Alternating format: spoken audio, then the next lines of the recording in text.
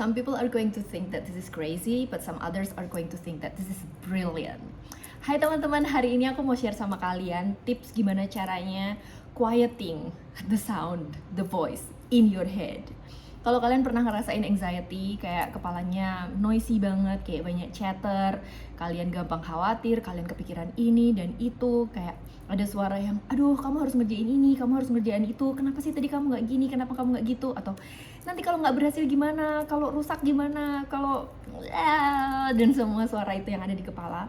Kalau kamu ngerasain kayak gitu juga dan bingung gimana caranya untuk quieting itu, kamu overwhelmed sendiri, hari ini aku akan share tentang gimana caranya aku ngelakuin ini. Dan mungkin buat beberapa orang ini akan kedengeran kayak yang, Prisa, are you crazy?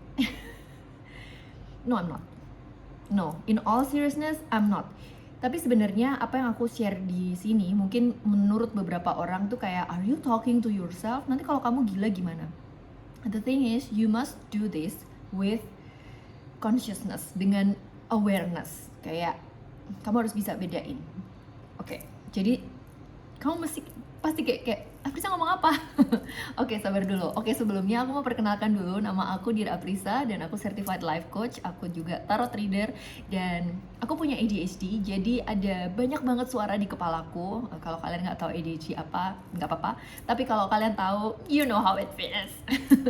Oke, so intinya gini. Beberapa orang itu diberi kado, gift sama Tuhan, suara di kepala yang lebih noisy daripada orang-orang lainnya.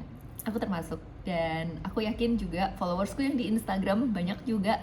Dan mungkin kalau kamu ada di video ini, mungkin kamu ngerasain juga. Dan kamu tahu betapa overwhelmingnya itu, ya kan? Kayak kamu mau ngelakuin sesuatu, kamu nggak bisa karena kamu jadi takut. Kalau nanti gini, kalau gitu, kamu jadi kebanyakan perhitungan, jadi perfeksionis, jadi idealis, jadi progress, jadi apalagi, kayak all those kind of feelings, right? Dan beberapa kerjaanmu mungkin nggak selesai, kamu nggak jadi submit kerjaan, perhaps even mungkin I don't know, like you sabotage in all of different ways. Even ketika kamu udah ngelakuin sesuatu pun, mungkin kamu overthinking kayak, aduh aku tadi salah ngomong nggak ya? Aduh kenapa sih aku ngomong kayak gitu? Kenapa sih aku berbuat seperti itu? Nah, suatu hari, aku cerita dulu nih. Suatu hari aku ngepost sesuatu di Instagram. Dan mind you, aku udah pakai Instagram itu dari tahun 2010. Sejak pertama kali Instagram ada, bulan Oktober. Was it? Yes, 2010. Ya kan? Jadi aku udah pakai Instagram tuh lama banget. Jadi kayak aku ngikutin perkembangannya Instagram. Aku udah punya followers di Instagram, di kerjaan sebagai coach itu juga udah dari 2021. Dan dari sebelumnya aku udah bikin beberapa bisnis juga di Instagram. Jadi kayak it was supposed to be natural, but at some point aku kayak posting sesuatu, setelah aku selesai kayak aku overthinking, kayak aduh aku salah ya ngomongnya, kayaknya harus aku benerin deh, aku harus, ya gitulah. Itu mulai spiraling di rumah. Terus setelah aku spiraling itu, aku gini kayak yang tiba-tiba aku kayak, can we be quiet? Aku bilang gitu, karena di kepala aku ribet banget, rungsing banget.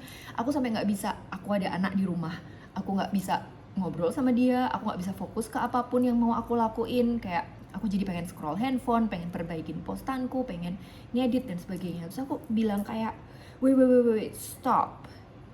Nah, habis itu aku stop dong. Terus aku coba having a conversation sama diriku sendiri. Kalau kalian tahu yang namanya inner work dan shadow work, aku nggak tahu kalian belajarnya di mana. Tapi di metode yang aku pakai inner child, dan aku juga pernah belajar internal family system. Itu sama ada juga yang namanya fragmentation. Jadi pada dasarnya sebetulnya diri kita itu tanda kutip terdiri dari beberapa bagian yang punya pikirannya sendiri, punya rasa takutnya sendiri, kekhawatirannya sendiri, pengalaman dan sebagainya. Jadi, dan punya role sendiri. Misalnya Aprisa ini ada Aprisa yang ibu, Aprisa yang masih anak muda, yang pengen have fun, seneng-seneng, Aprisa yang artsy, Aprisa yang woo-woo dan sebagainya. Tapi semuanya ini adalah aku gitu. Jadi I'm not talking to a different entity di luar diriku, itu nggak sama sekali gitu. Jadi kemudian aku kayak mikir, oke. Ini noise ini dari mana? Gitu kan. Tanda kutip kayak which one of you gitu loh, which one of me yang bikin noise ini di kepala aku gitu kan, yang nanyain yang khawatir-khawatir. Terus aku realize bahwa ternyata di dalam diriku itu ada satu bagian yang sangat analitis. Kalau kalian tahu, aku punya masters di information technology, dan aku juga sempat kerja di sebuah NGO sebagai monitoring and evaluation specialist di situ. Jadi aku memang urusanku dari dulu itu data gitu. Jadi bidang PhD ku pun tuh health informatics, dan namanya juga PhD ya, aku berurusan dengan banyak data. Jadi apapun tuh kayak aku pakai a lot of data. Dan kalau mau ngomongin juga soal astrologi, kalau kalian suka astrologi, aku punya Virgo. Virgo itu kan analitis, terus teliti, well organized banget, structured gitu. Namanya juga earth sign kan gitu. Jadi dan itu kebetulan ada di my third house yang mana communication. Jadi chatty banget. Jadi wispol gitu loh, sukanya gitu. Nah, aku nggak tahu, maksudnya you don't have to have this placement, tetapi kalau kalian ada yang mau datang, hey, ada ya. Nah, baru merekam video, duduk dulu. Jadi ini adalah kucing kampung, kucing perumahan yang sukanya datang. Anyway. Okay. Yes. Say hello. Palu, say hello. Okay, sorry for the noise by the way. Okay. Oke teman-teman, kita lanjutin. Sampai mana tadi? Jadi it doesn't matter apakah kamu punya placement ini di dalam chart kamu atau enggak. Tetapi, wow, ekornya dia di kacamata aku. Anyway, doesn't matter, dan kalian juga nggak harus tahu kayak placement kamu apa, terus kamu punya sign apa di mana, nggak perlu tahu. As long as kamu punya suara ini di dalam kepalamu, ketahuilah bahwa ada bagian dari diri kamu yang chatty, yang analis, yang suka mengorganize hal-hal, dan pengen berusaha untuk melindungi kamu dari kegagalan, dari rasa sakit, dari rasa sedih, kecewa, dan sebagainya. Because you have this in your memory, di dalam memori kamu tahu rasanya sakit, kamu tahu rasanya kecewa, sedih, marah, ketika hal-hal tidak berhasil. Mungkin ada konsekuensi seperti misalnya kamu dijauhi orang, kamu dikatain, dan sebagainya.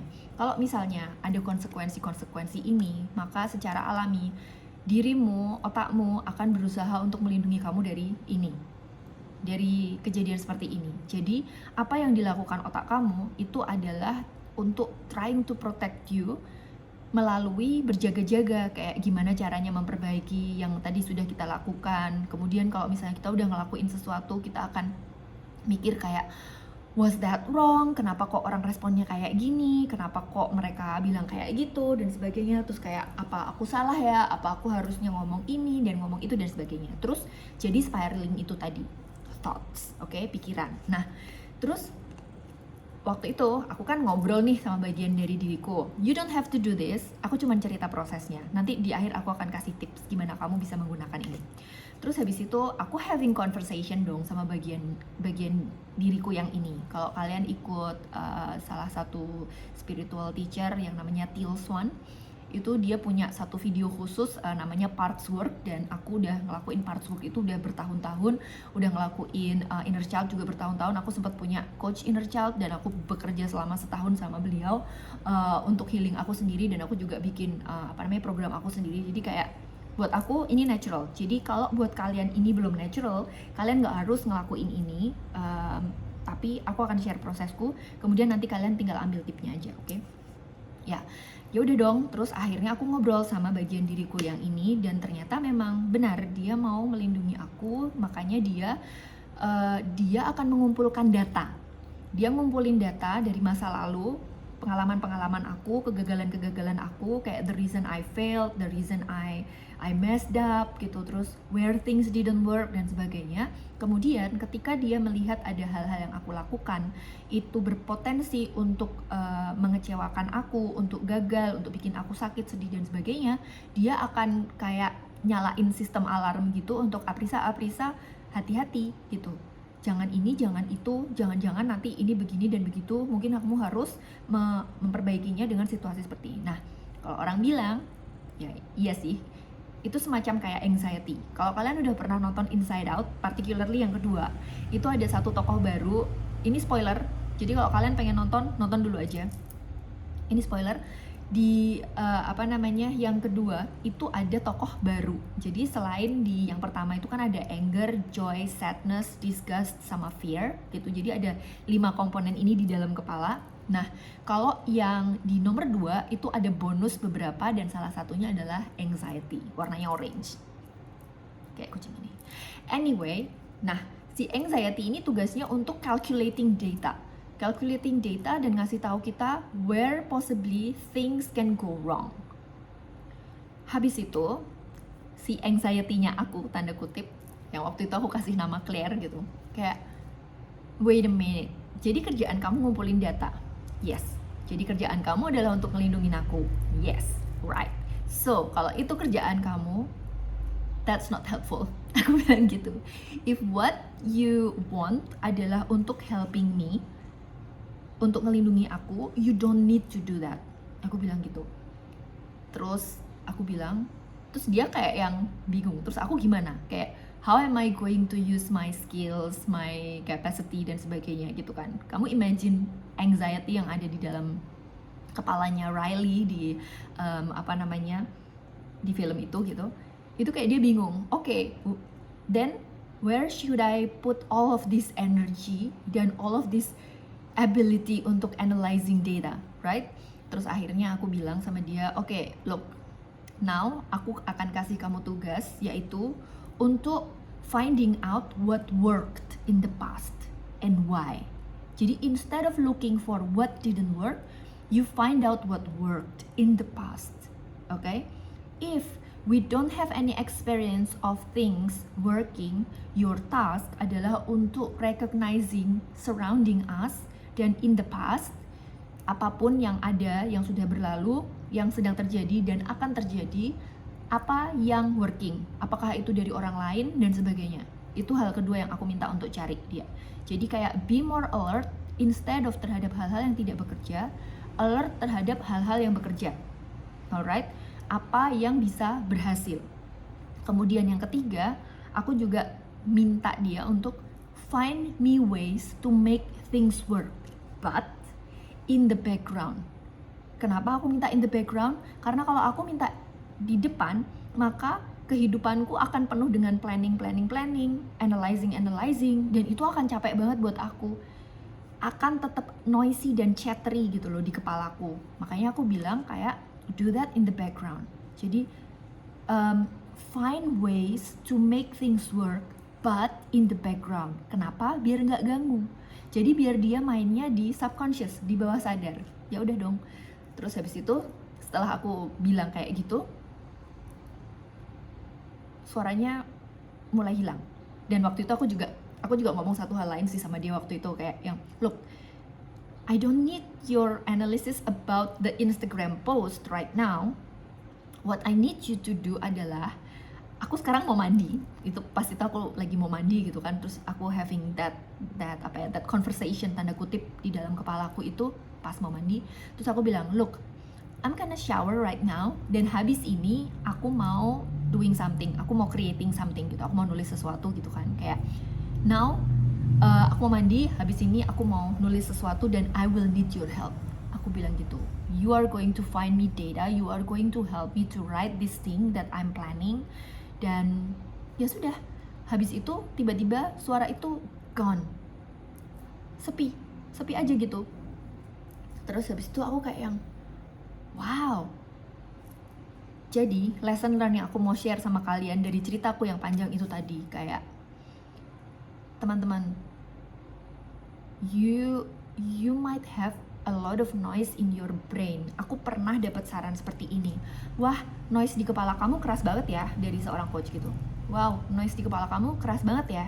Terus aku berpikir bahwa, oh, apakah terus kita tune down aja? Aku lupa dari coach siapa ya.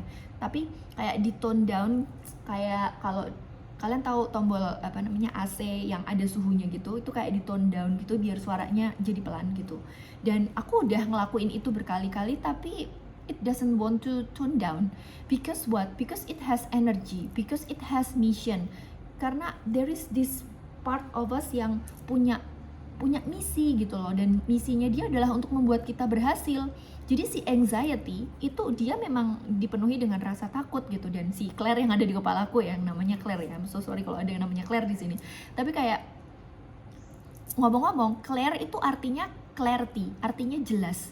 Jadi sebetulnya kayak Claire ini, anxiety ini, atau siapapun kamu panggilnya di dalam dirimu kalau kamu bisa imagining, kayak it has mission dan it has energy, and part of the mission adalah to get you successful.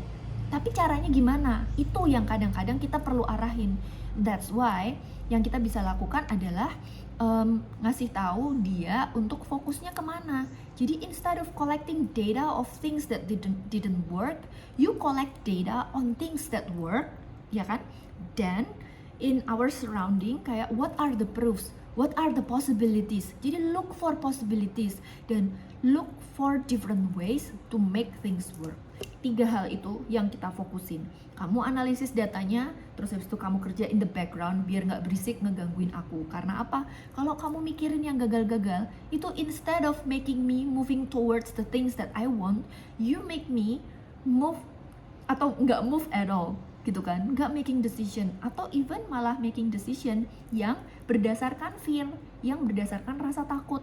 Tetapi ketika aku minta, aduh kakiku pegel lagi, anyway, tapi ketika kita minta otak kita ini gitu untuk fokus ke hal-hal yang bisa, possibility dan sebagainya, kita jadi punya hope, kita jadi punya love, kita jadi punya passion lagi, kita jadi punya possibility. Jadi ini adalah salah satu cara yang kamu bisa pakai. So I hope this has been helpful. So think, apakah menurut kalian that was crazy? I don't think so.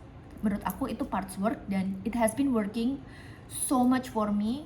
Kalau kamu kasih waktu diri kamu untuk kamu terima, jadi nggak ada noise lalu kamu suruh diem gitu aja, tapi bener-bener kamu dengerin, that is going to be very helpful.